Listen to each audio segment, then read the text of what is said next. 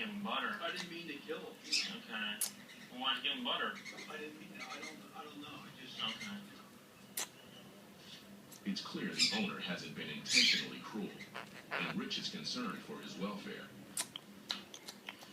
Yeah, I mean, this isn't good for your health, Sam. I mean, you're going to get real sick. So, I mean, obviously, you shouldn't be living in here, and obviously, you can't have any animals in here. I mean, we took several out of this room. There's some in this pen, all the fur and dust and feces, and I'm going to request you to surrender them to my custody. I'll let you put them out for adoption. Yeah. Okay.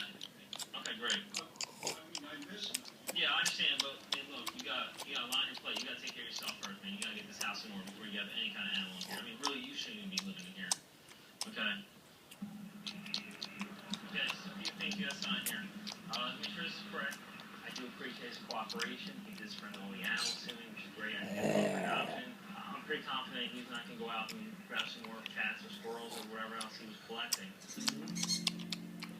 All right, Sam. I'll talk to you, bro. I'm going to clean the house. And, no, nothing for animals. You know, you miss them.